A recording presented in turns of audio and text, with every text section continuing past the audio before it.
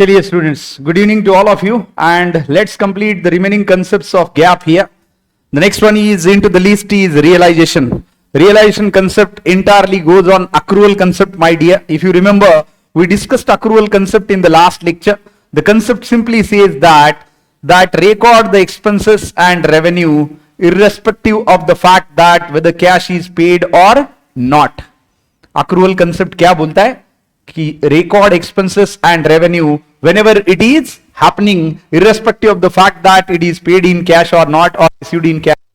यानी expenses आपको तभी रिकॉर्ड करने हैं जब एक्चुअली हो रहे, ना कि आपने उसके लिए कैश पे किया या रिसीव किया. That doesn't matter. So that is what accrual और universally entirely accounting goes on accrual basis. Cash basis पे कोई अकाउंटिंग नहीं चलाता और ये accrual ही है जिसकी वजह से outstanding expenses, income received in advance, income, outstanding income, सारे कंसेप्ट उसकी वजह से आ जाते हैं. तो अक्रूवल कंसेप्ट के साथ रियलाइजेशन कंसेप्ट है. तो यहां पे रियलाइजेशन के बारे में क्या दिया है, बड़ा आसान कंसेप्ट है अगर आपको अक्रूवल पता है तो. Income is recorded only when it is realised and that is either it is received और अर्न्ड. हमें यूजुअली आदत लगी है रिसीव्ड और अर्न्ड दोनों को हम सेम कॉन्टेक्स्ट में यूज करते हैं, लेकिन प्रॉब्लम यह है accounting makes a huge difference between earned and received. जैसे कि अगर मैंने आपको बोला कि आज की डेट में हमने गुड्स सेल किए से on that is 22 of July 2024, तो आपने गुड्स बेचे 10 लाख के. कब बेचे? ऑन 22 जुलाई 2022. लेकिन आपने ये बेचे 6 महीने के क्रेडिट पीरियड पे, 6 मंथ्स क्रेडिट पीरियड. तो आपने एक कस्टमर को बेचा, कितने में बेचा बेटा? 10 लाख के गुड्स आपने बेचे. और कैसे बेचे? आपने बेचे क्रेडिट पे.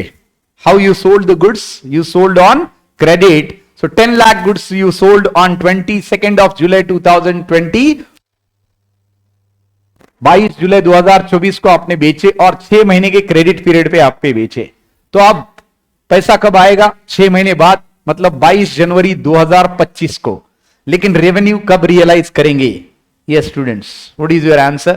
रेवेन्यू कब रियलाइज? जब बेचा तब, या जब पैसे मिलेंगे तब. So that is what realisation concept, that is what accrual concept.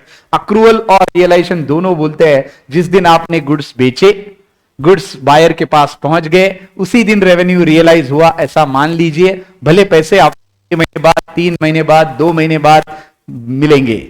So revenue is realised when sale is effect, sold, services are given, services are rendered by the seller to the buyer. That is very much simple. अब revenue is earned बोलूंगा मैं 22 revenue is earned. revenue received कब होगा? revenue होगा आपका 22 of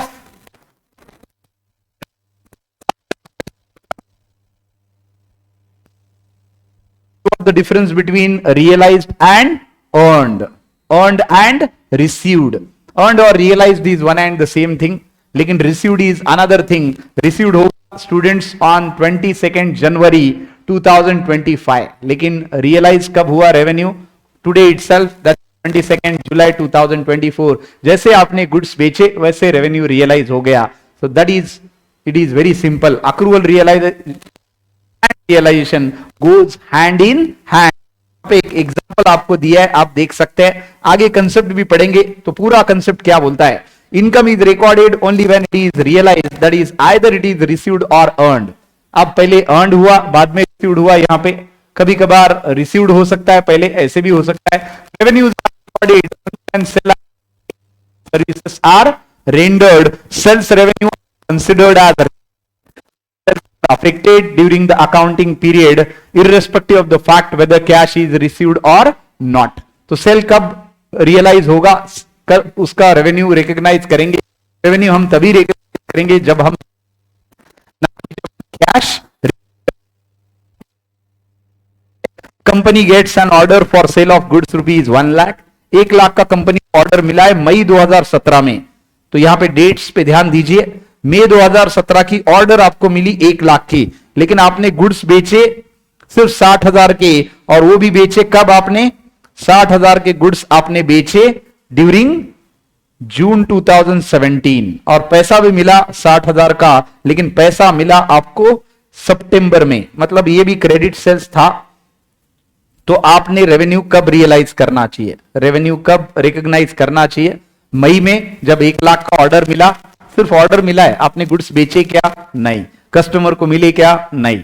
तो फिर ये तो रिकॉग्नाइज कर ही नहीं सकते। तो आपने जब गुड्स बेचे, goods has been sold in June 2017, that you can see here. June 2017 में गुड्स आपने बेचे, तभी रेवेन्यू रियलाइज हो गया। और 1 लाख का नहीं, 60,000 का हुआ, क्योंकि गुड्स के बेचे बेटा, गुड्स बेचे 60,000 के, रियलाइज होगा सिर्फ 60,000। कैश कब रिसीव हो रहा है? दैट डजंट, कैश एक्चुअली और 2 महीने बाद मिल रहा है, 3 महीने बाद रादर, क्योंकि जून में बेचा, जुलाई, अगस्त, सितंबर में पैसा आपको मिल रहा है, मतलब आपने 3 महीने का क्रेडिट पीरियड दिया था। So as per the principle of realisation, sale is to be recorded in June 2017, क्योंकि एक्चुअली गुड्स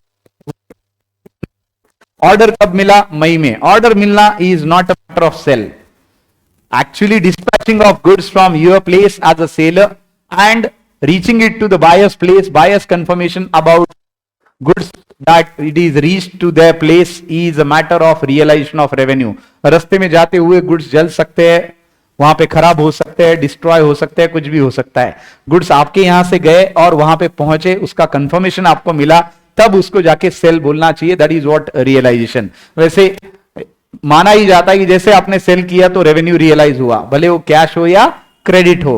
हाँ, ये कभी कभार हो सकता है कि आपने बेचा लेकिन ट्रांसपोर्टेशन में कुछ गड़बड़ हो गया। अब ट्रांसपोर्टेशन भी आपका ही खुद का होना चाहिए। That care you must take, isn't it? Then only it is efficient, you can से।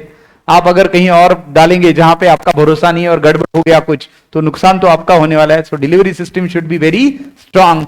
सो remember, accrual and realization goes on same basis, and it simply says that record the revenue whenever it is happening, irrespective of the fact that it is received in cash or not. यानी cash में receive हुआ या नहीं हुआ, ये matter यहां पे नहीं करता।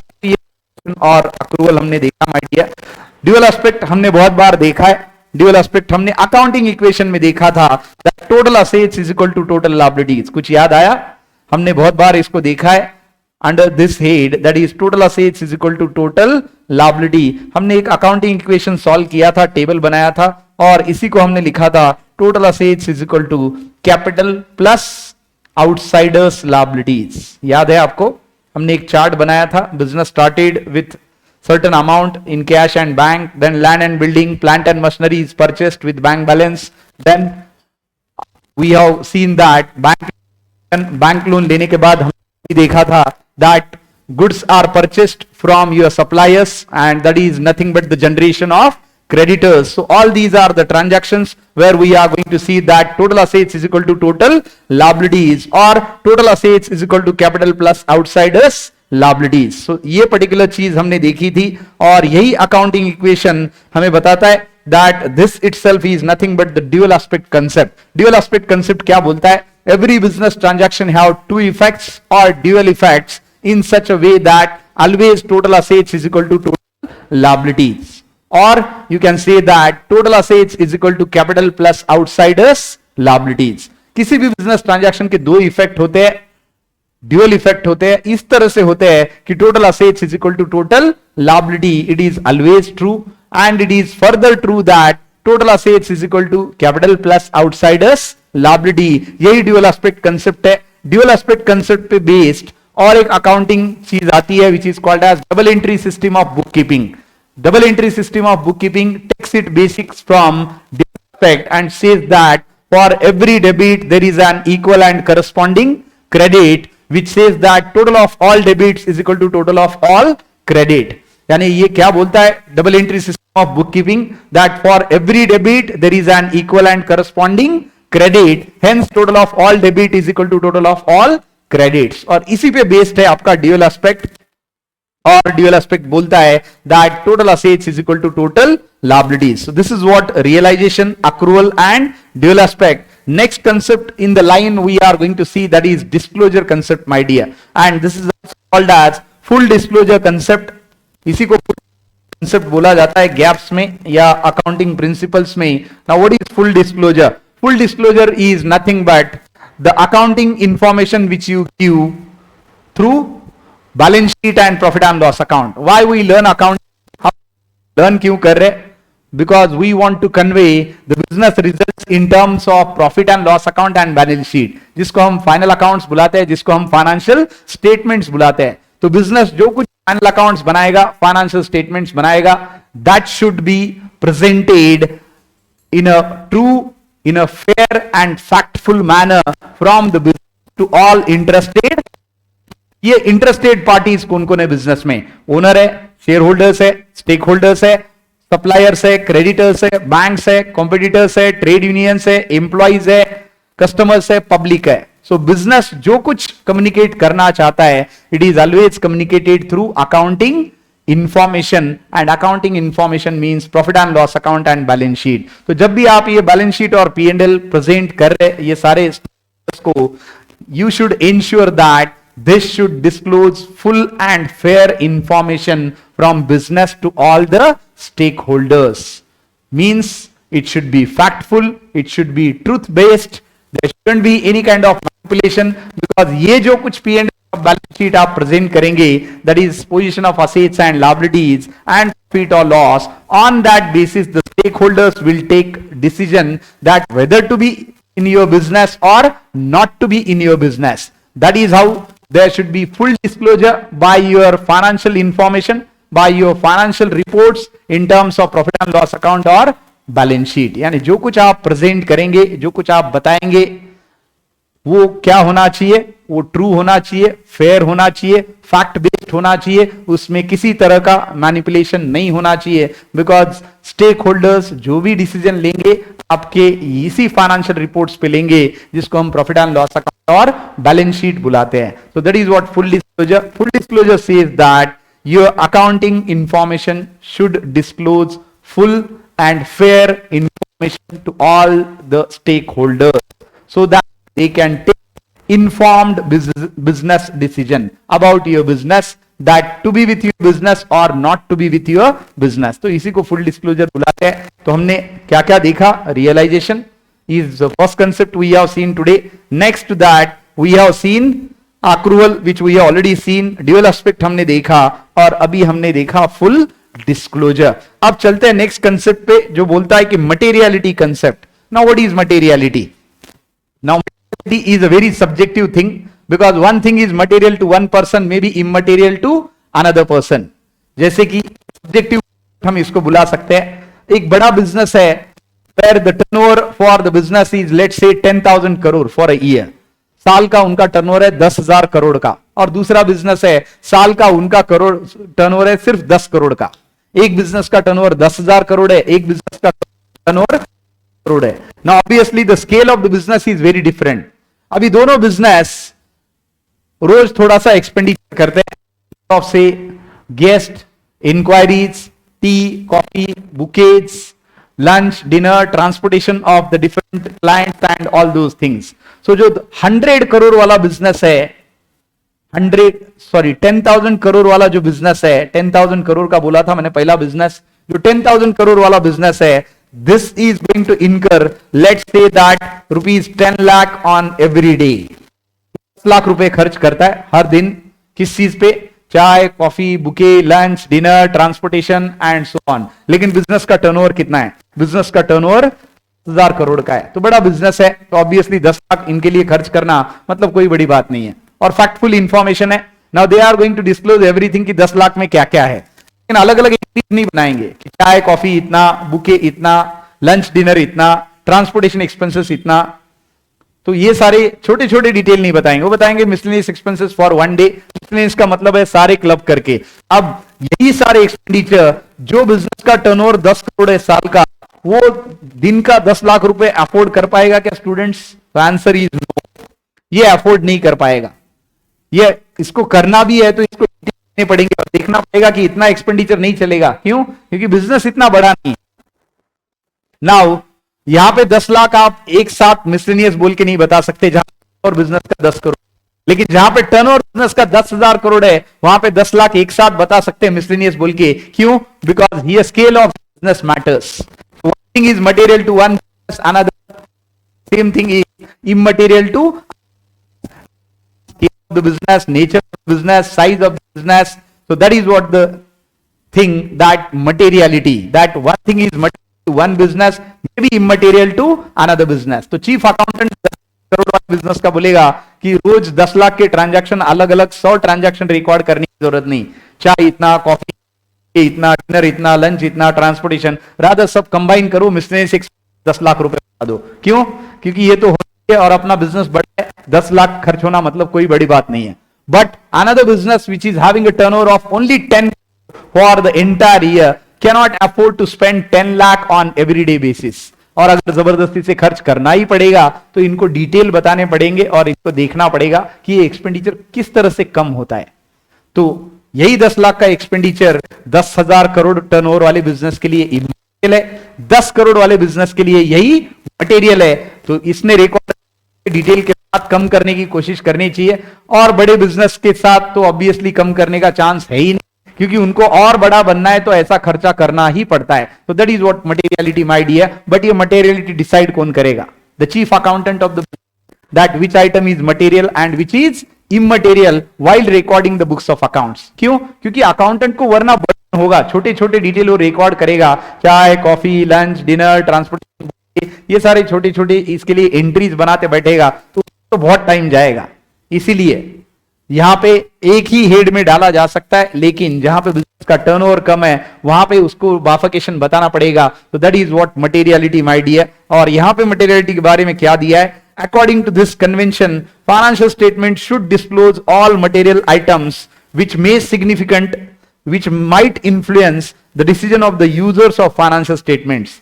यानी आपका फाइनेंशियल स्टेटमेंट्स, P&L और बैलेंस शीट, सारी फैक्टफुल मटेरियल इंफॉर्मेशन उसने रिकॉर्ड करनी चाहिए जो डिसीजन मेकिंग पे इंपैक्ट करेगी ऑल योर स्टेक होल्डर्स। कौन स्टेक होल्डर्स होते हैं मैंने बहुत बार आपको बताया है ना।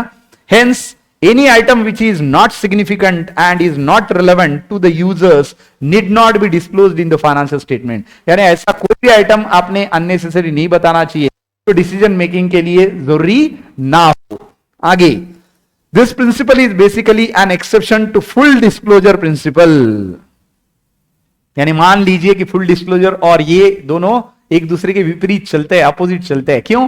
क्योंकि फुल डिस्क्लोजर बोलता है कि हर मटेरियल इंफॉर्मेशन आपने बतानी चाहिए, और ये क्या बोलता है कि आपने ऐसी चीज बतानी चाहिए जो उनके डिसीजन मेकिंग पे इंपैक्ट हो। आगे एक्सप्लेनेशन दिया है, देखते हैं। The term materiality is subjective in nature. Materiality कैसी है? सब्जेक्टिव है। जैसे materiality depends on the amount involved in the transaction, size of the business, nature of information, requirement of the person making decision, etc. An item material to one person may be immaterial to another person। जो example मैंने आपको दिया था कि एक चीज आपके लिए मटेरियल है तो दूसरे के लिए क्या है? इमटेरियल है। क्यों? Because of the scale of the business, nature of the business. So that is what materiality concept, my dear. So record every material information in may impact decision making of all the stakeholders. That is what materiality concept and that is what full disclosure concept. आखिरी के दो concept बचे हैं gaps में, वो देखते हैं और then we can stop. You can see on the screen, number 1 is consistency concept and then conservatism. हम सारे कंसेप्ट फिर से एक बार रिवाइज करेंगे आज के लेक्चर में ही before we finish. So number 1 is consistency concept. Consistency का मतलब क्या है? कंसिस्टेंसी का सीधा साधा मतलब है that whatever accounting policies you have been following, those should be one and the same, and those should be followed with the rules and regulations which has been laid by ICAI, that is Institute of Chartered Accountants of India. आपने बीच में ये policy अपने मन से नहीं करनी चाहिए। इसका क्या मतलब है? देखिए, any policy adopted for accounting should be continuous or consistent. आप कोई भी अकाउंटिंग पॉलिसी अडॉप्ट कर रहे हो, फॉलो कर रहे हो, तो कंटिन्यूअस होनी चाहिए, कंसिस्टेंट होनी चाहिए। आगे, through out the business and it need not B change generally unless and until circumstances demand. ऐसी अकाउंटिंग पॉलिसी आपने तब तक चेंज नहीं करनी चाहिए जब तक अथॉरिटीज आपको बोलती नहीं कि ऐसी अकाउंटिंग पॉलिसी आप चेंज करेंगे, करना पड़ेगा क्योंकि अभी रूल चेंज हो रहे। आप मन से चेंज नहीं कर सकते। Same accounting policies should be followed by each and every business so that your business comparable. However It doesn't stop any improvement of new techniques, but that should be disclosed with a note. इसका मतलब ये नहीं है कि आप कोई improvement नहीं कर सकते नए टेक्निक के साथ, लेकिन ऐसा अगर आप कर रहे हो तो आपको नोट के साथ इसको डिस्क्लोज करना पड़ेगा. That is what the concept says in terms of consistency. अब यहां एक सिंपल एग्जांपल दिया है. A company adopts fixed installment method for charging depreciation on fixed asset from the beginning till the end of the estimated life of the asset. अब ये depreciation क्या होता है? Depreciation is nothing but, if you remember, depreciation का आपको example दिया था cost concept में. याद कीजिए कॉस्ट कंसेप्ट को. हमने कार खरीदी 50 लाख की 2015 में, और 2025 में हमने उसका वैल्यू 0 था. हर साल हमने 5 लाख का डिप्रीशिएशन बताया था, 10% का डिप्रीशिएशन हमने बताया था. कुछ इस तरह से उसका चार्ट बना था. अगर आपको याद नहीं आ रहा तो मैं आपके लिए यहां पे रिपीट कर रहा हूं, which you can C. Let's say that you purchased that in 2015. आपने 2015 में ये मशीनरी खरीदी, सॉरी आपने कार खरीदी 50 लाख की, 5 लाख का डिप्रीशिएशन लगाया 2016 में. मान लीजिए ये 31 मार्च 15 की या 1 अप्रैल 15 की खरीदी है. 1 अप्रैल 15 को खरीदेंगे तो 31 मार्च 2016 को डिप्रीशिएशन लगाएंगे. एक साल बाद 5 लाख का 10% के हिसाब से 45 लाख नेक्स्ट ईयर की वैल्यू हो गई. कब की? ये अप्रैल 2016. फिर 5 लाख का डिप्रीशिएशन, फिर 40 लाख, और ये हो गई वैल्यू 2017 की. ये हो गया डिप्रीशिएशन इसका. इस तरह से हमने डिप्रीशिएशन लगाया था. आपको याद होगा ये पर्टिकुलर कॉस्ट कंसेप्ट का एग्जांपल आप आके पीछे देख सकते हैं. और ये वैल्यू ऑफ द असेट आखिरी में आके हो गई क्या? 0. कब होगी? 2025 में. Why? Because we are charging depreciation by fixed instalment method which is fixed instalment method. इसको स्ट्रेट लाइन मेथड भी डिप्रीशिएशन का बुलाते हैं, ओरिजिनल कॉस्ट मेथड भी बुलाते हैं, को फिक्स्ड इंस्टॉलमेंट मेथड भी बुलाते हैं. रीजन बीइंग इज दैट यहां पे डिप्रीशिएशन हम चार्ज करते हैं on the cost of the asset, on the reducing balance of the asset. अब अगले साल कार की वैल्यू 50 लाख नहीं है, 45 है. उसके अगले साल 50 नहीं है, 45 भी नहीं है, अब 40 है. उसके अगले साल 5 माइनस करेंगे तो अगले साल वैल्यू 35 आएगी. लेकिन हम हर बार डिप्रीशिएशन लगा रहे ऑन ओरिजिनल कॉस्ट, इसलिए इसको original cost method, fixed instalment method बोलते हैं. And it is also called as straight line method of depreciation. तो कंसिस्टेंसी कंसेप्ट ये बोलता है कि अगर आप डिप्रीशिएशन चार्ज कर रहे हो as an accounting policy and you are charging depreciation by straight line method, then the same method should be adopted and followed each and every year unless and until the authorities say that you need to change the accounting method or accounting method for charging depreciation. का method change नहीं कर सकते. And that consistency concept whatever accounting policies you are following, those should be one and the same. You cannot change unless and until there is a requirement to change it by the authorities. You can change it if the time demands, if the authorities demand, then only you can change the accounting policy. Otherwise you cannot change the accounting policies. क्योंकि आप अगर खुद से change करेंगे then your accounting results are not comparable in terms of profit and loss account balance sheet. So that is what consistency concept आगे ये बोलता है. अगर आप straight line method of depreciation choose कर रहे हो, ओरिजिनल कॉस्ट मेथड चूज कर रहे हो, या फिक्स्ड इंस्टॉलमेंट मेथड चूज कर रहे हो, same method of depreciation should be continued each and every year. So that is what nothing but straight line method of depreciation, fixed instalment method of depreciation और cost method of depreciation जो हमने देखा consistency concept में. Last concept my dear is conservatism. concept says that imagine losses but don't imagine profits in the business. So obviously it is not accepted. Concept बोलता है कि आप business में loss imagine कर सकते हैं लेकिन प्रॉफिट आप इमेजिन नहीं कर सकते. Further it says that provide for losses but don't provide profits. Anticipate losses but don't anticipate profit. Imagine losses but don't imagine profits. Now this is one way and this is not acceptable. इसलिए ये बड़ा criticised concept है. Conservatism concept क्या बोलता है कि आप loss imagine कर सकते हैं, एंटिसिपेट कर सकते हैं, लेकिन प्रॉफिट इमेजिन नहीं कर सकते।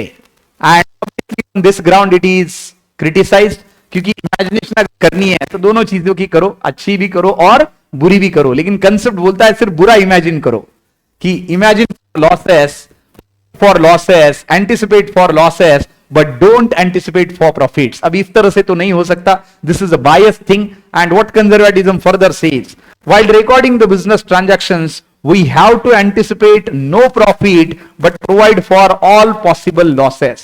कंसेप्ट बोलता है कि जब भी आप अकाउंटिंग रिकॉर्ड बना रहे हो, ट्रांजैक्शन रिकॉर्ड कर रहे हो, तो आप पॉसिबल लॉसेस कंसिडर करिए स्टूडेंट्स, लेकिन प्रॉफिट कंसिडर नहीं करना है। अब ये तो गलत बात है कि आप बस वर्स्ट का इमेजिन करने के लिए बोल रहे हैं, जबकि आप बोल रहे हो कि अच्छा जो हो सकता है बात कीजिए। आगे, it encourages the certain secret reserves by making excess provision to prevent losses. कल चल के क्या करेगा बिजनेसमैन, बोलेगा मुझे लगा कि ये कस्टमर पैसे देगा ही नहीं, मुझे लगा वो भी नहीं देगा, तो मैंने बैड डेट्स बता दिए 10 करोड़ के, सेल मेरा 20 करोड़ का, बैड डेट्स बता दिए मैंने 50% 10 करोड़ के, मतलब आधा पैसा तो डूब रहा है। और क्यों किया?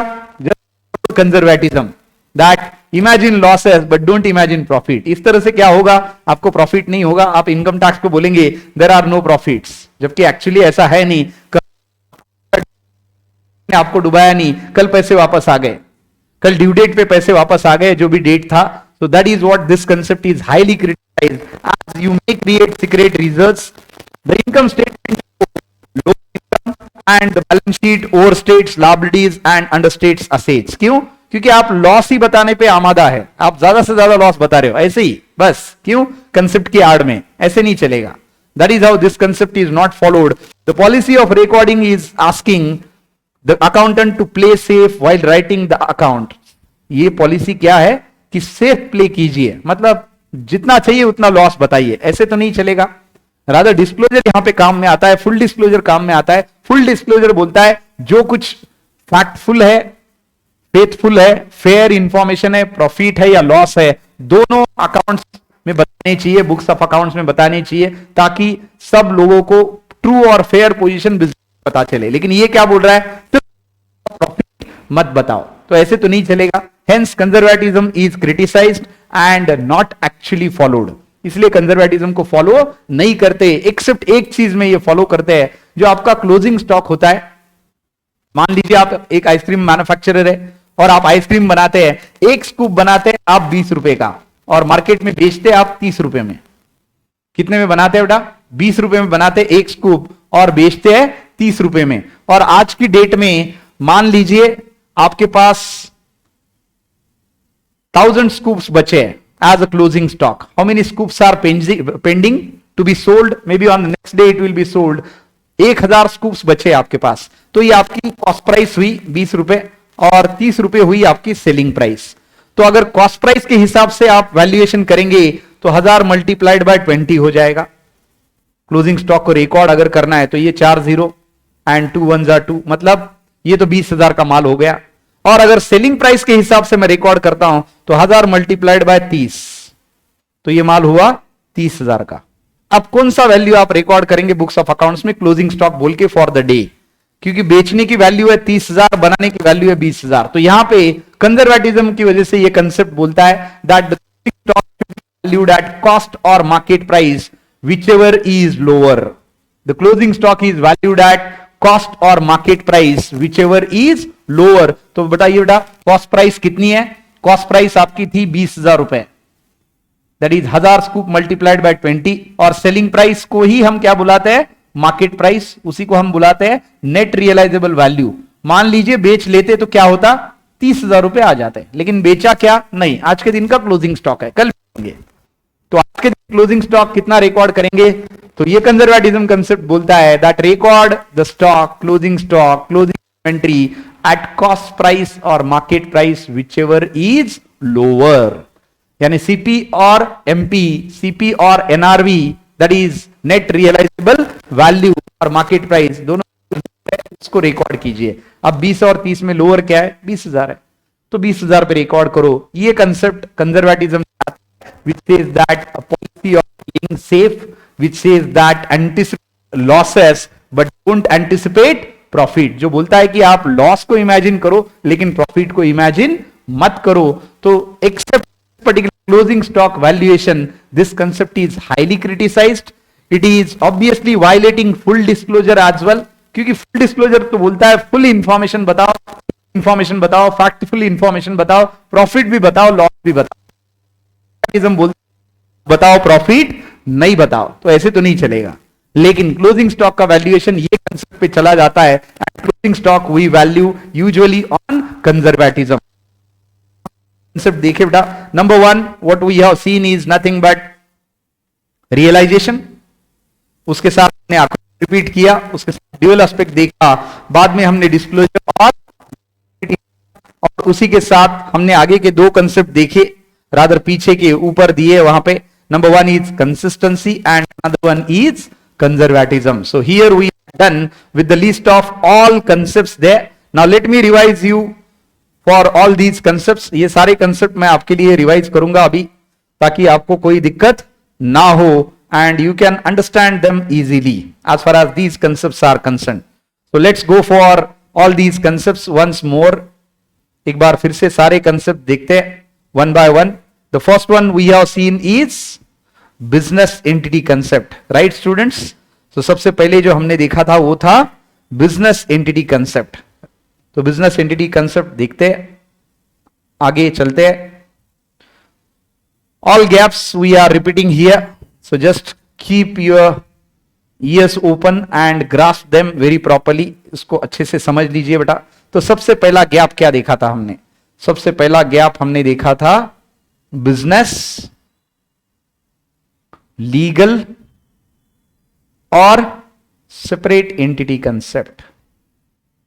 ध्यान से सुनिए बेटा, सारे कंसेप्ट हम रिवाइज करेंगे अभी.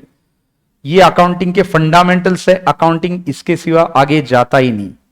दूसरा कंसेप्ट हमने देखा मनी मेजरमेंट कंसेप्ट, राइट. हम उसी सीक्वेंस में देखेंगे जिस सीक्वेंस में हमने इसको पढ़ा था. बुक में कुछ और सीक्वेंस है, we are not going to follow it. तीसरा कंसेप्ट हमने देखा था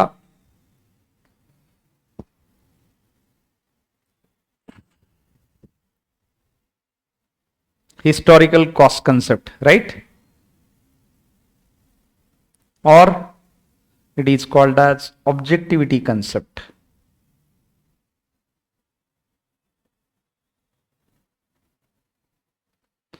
चौथा हमने देखा गोइंग कंसर्न.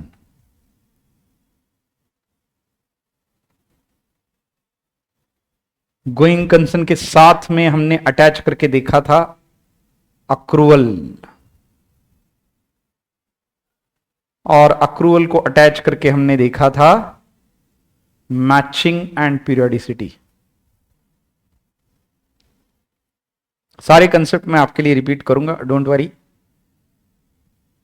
जस्ट रिवाइज करूंगा आपके लिए because these are already seen. उसी के साथ हमने और कंसेप्ट क्या देखे? Number 7, that today we have seen realisation, right.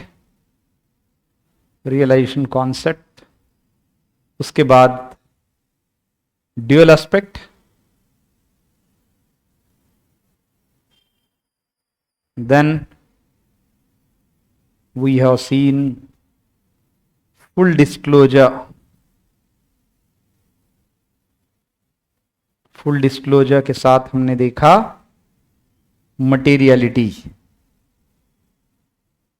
कि आज के हैं, राइट. और इसके बाद हमने देखा consistency, and finally we have seen conservatism. So all these concepts are here just for your revision. You can see on the screen there. All these are, my dear, called as gaps. हम इन सबको क्या बुलाते हैं? हम accounting principles. These are fundamental truth because of which entire accounting system is based. तो account सीधा समझ लीजिए. So account is baseless without these concepts. Account is not these concepts. नहीं है, ये जान लीजिए. And let's see one by one what is their meaning actually. इनका मतलब क्या होता है, वन बाय वन देखते हैं. सबसे पहले बिजनेस, लीगल और separate entity concept. So concept says that in the eyes of law, owner and business are two separate legal entities. Whatever owner gives to the business, business is liable to pay it back to the owner and vice versa. And due to this concept, there should be two separate set of books of account, one for business transactions and another for personal transaction. तो business transaction के लिए business books of accounts रहेंगे, personal transaction के लिए personal books of accounts रहेंगे, so that business transactions should not be mixed with personal transaction of the owner. Business entity, separate entity or legal entity. Concept का crux, owner and business are two separate legal, and this is because there should be two separate set of books of account. One for business transactions is business books of account, another for personal transaction of owner, that is owner's books of account, so that business transactions and personal transactions should not be mixed with each other, and business should disclose true, fair, factful and complete information to all the stakeholders of the business based on facts, not at all based on manipulation. This is the last concept which we have seen here, my dear, that is full disclosure. तो देखो मैंने इसके साथ उसको मिला दिया अभी business entity के साथ. तो फुल डिस्क्लोजर क्या बोलता है, that whatever business shows, that should be based on facts, truth, fair information, and it should not be manipulated in any manner, so that your financial accounts, financial statement, your financial information in terms of profit and loss account and balance sheet should disclose a full and fair information to all the interested parties of the business, so that they can take informed decision. वैसे ये parties क्या है जो business में interest बताती है, तो parties है आपकी owners, creditors, competitors, customers, your employees. These are all the interested parties in the business. तो आप जो भी फाइनेंशियल स्टेटमेंट बनाएंगे वो कंप्लीट फैक्टफुल बनाएंगे, that is full disclosure. Second concept is money measurement, my dear. Money measurement concept says that business transaction, business records only monetary transaction in the books of accounts. It doesn't record non-monetary transaction, though they are very important for the business. For example, of the employees, relation between the employer and employee, working condition, all these are non-monetary, who are important but not recorded in the business. The information recorded in terms of money. Further, it says that business these days is a worldwide. So in this case, business should present its balance sheet and P&L home currency, in the currency from where the business has been originated. जैसे कि India का business है तो INR में record करेगा, US का business है तो डॉलर का बिजनेस ओरिजिनेटेड है, उस करेंसी में वो अपने फाइनेंशियल स्टेटमेंट्स बनाएगा. This is what money measurement, my dear.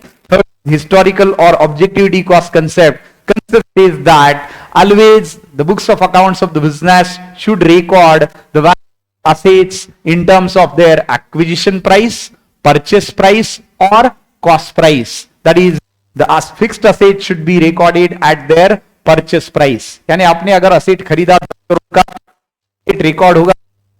लेकिन मान लीजिए खरीदा 10 करोड़ में, उस पे आपको ट्रांसपोर्टेशन चार्जेस लगे 1 करोड़ का, वहां से यहां तक लाने में, और उसको इंस्टॉलेशन में लगे और 1 करोड़. मतलब असेट तो 10 करोड़ का था, लेकिन वो इंस्टॉल होने तक, चलने तक और 2 करोड़ खर्च हुए ट्रांसपोर्टेशन और इंस्टॉलेशन में. मतलब असेट की वैल्यू 10 करोड़ नहीं है, अभी असेट की वैल्यू कितनी हुई बेटा, 12 crore. So this cost concept that any expenses which are incurred for installation, transportation, erection of the fixed asset should be added into the cost of the fixed asset, and that cost should be considered as its purchase price, acquisition price or price. इसी price पे depreciation लगाएंगे. मतलब 10 करोड़ पे नहीं, 12. क्यों? क्योंकि machine लगाते लगाते आपको और 2 करोड़ का खर्चा हुआ, ट्रांसपोर्टेशन का 1 करोड़, और मतलब टोटल 10 करोड़ आपका सिर्फ purchase price, 1 crore installation, 1 crore transportation. अगर आप असेट खरीदते ही नहीं तो ना आपको ट्रांसपोर्टेशन लगता ना आपको इंस्टॉलेशन लगता, इसलिए 12 करोड़ पर आप परचेस प्राइस बताएंगे, 12 करोड़ पे ही आप डिप्रीशिएशन लगाएंगे बेटा। दिस इज हिस्टोरिकल कॉस्ट और ऑब्जेक्टिविटी कंसेप्ट। इसी में हमने देखा था दैट कि हमने एक कार खरीदी 2015 में, so on that car charge depreciation each and every year. Depreciation is reduction due to use of the technological outdatedness. Depreciation क्या? A permanent and gradual decrease in the value of fixed asset। जो भी आपका fixed asset होता है, land and building, plant and machinery, furniture and fixture, इसको बिना depreciation के तो आगे नहीं चला सकते। सेम वैल्यू तो नहीं रहेगा हर साल, क्योंकि स्ट्रक्चर है तो डिप्रीशिएट होगा। सो डिप्रीशिएशन जब भी हम लगाते हैं तो डिप्रीशिएशन भी हम लगाते हैं कॉस्ट प्राइस। यही हमने देखा था कॉस्ट कंसेप्ट में। Next concept my dear is going concept. Concept is that is supposed to be there for a fairly longer period of time. Business is having infinite period of time life unless and until it has entered into a state of liquidation। Business कितनी है? तो infinite है, तक उसका liquidation नहीं होता। Liquidation क्या है? Selling the assets and paying the liability. ये सब जिसको हम क्या बुलाते हैं? That is outstanding, prepaid and outstanding income as well। outstanding expenses, outstanding income, prepaid expenses, pre-received income, ये सब चलता है सिर्फ ये गोइंग कंसर्न की वजह से। गोइंग कंसर्न के बाद हमने देखा अक्रूवल कंसेप्ट, जो होता है record the expenses and revenue whenever irrespective of the fact that cash is paid or not and cash is received or not। Concept सीधा है, सादा है, बोलता है record transaction whenever they are happening irrespective of the fact that they are paid in cash or not or they are received in cash or not। यानी आपने expenses और revenue record करने चाहिए जब वो हो रहे, ना कि जब कैश उसके लिए पे किया जा रहा है, कैश उसके लिए रिसीव किया जा रहा है, उसका इंतजार करने की कोई जरूरत नहीं है। जैसे मैंने आपको एग्जांपल में बताया था, if I am selling goods on 22nd of July 2024 for credit of 6 months of rupees 10 lakh, so amount will be received in January 2025, but I'm going to record sell or revenue on 22nd of July 2024 as a revenue only। जबकि ये receive होगा 6 महीने बाद जनवरी 2025 में, लेकिन मैं जनवरी 2025 का इंतजार नहीं करूंगा, मैं सेल रेवेन्यू रिकॉर्ड करूंगा 22 जुलाई 2024 को। यही रियलाइजेशन कंसेप्ट भी बोलता है। रियलाइजेशन बोलता है revenue should be recognised when it is earned और रिसीव्ड। जब अर्नड होता है या रिसीव होता है तभी रेवेन्यू को रिकॉर्ड करना चाहिए। तो 22 जुलाई को गुड्स बेचे तो 22 जुलाई को रेवेन्यू अर्न हुआ, रिसीव होगा 22 जनवरी 2025 को, तो रिसीव्ड का in common parlance earned and received are separate things as far as accounts are concern. हम जनरल यूज में बोलते हैं कि अर्नड और रिसीव्ड इज सेम, लेकिन अकाउंट्स बोलता है अर्नड अलग और रिसीव्ड अलग। आज रेवेन्यू अर्न हो गया, 22 जुलाई को गुड्स बेचे, मेरे यहां से चले गए, कस्टमर के यहां पे पहुंच गए, मतलब मेरा तो रेवेन्यू रियलाइज हुआ। भले पैसा मिलेगा 6 महीने बाद जनवरी में, लेकिन उसका इंतजार करने की जरूरत नहीं है। So accrual and realisation goes hand in hand. दोनों के अच्छे एग्जांपल से हमने देखा है, और ये बड़ा इंपॉर्टेंट है, अक्रूवल और रियलाइजेशन याद रखिए।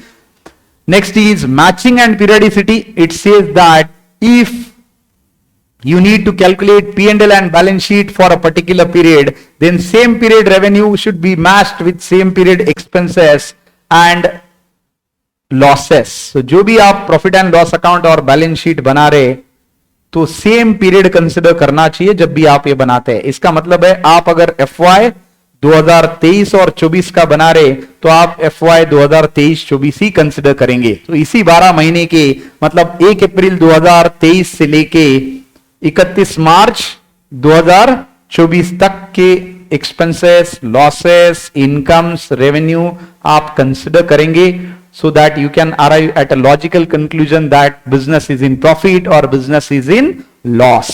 ऐसा नहीं कर सकते कि 23-24 का एक्सपेंसेस लिया और 24-25 का इनकम और गेन लिया, ये करना गलत है। That is what matching and periodicity concept says that कि आपका टाइम फ्रेम फिक्स्ड है, जिस टाइम फ्रेम का आप P&L निकाल रहे उसी के एक्सपेंसेस लॉसेस कंसिडर कीजिए, उसी के इनकम और गेन्स भी कंसिडर कीजिए, so that you can arrive at a logical profit and loss and logical conclusion of business in terms of liabilities. That is what periodicity and matching concept. तो periodicity and matching, accrual, realization, going concern, ये चारों एक साथ चलते हैं और इन्हीं की वजह से outstanding expenses, prepaid expenses, outstanding income, pre received income, ये सारे कंसेप्ट वहां पे सामने आते हैं, समझ में आते हैं।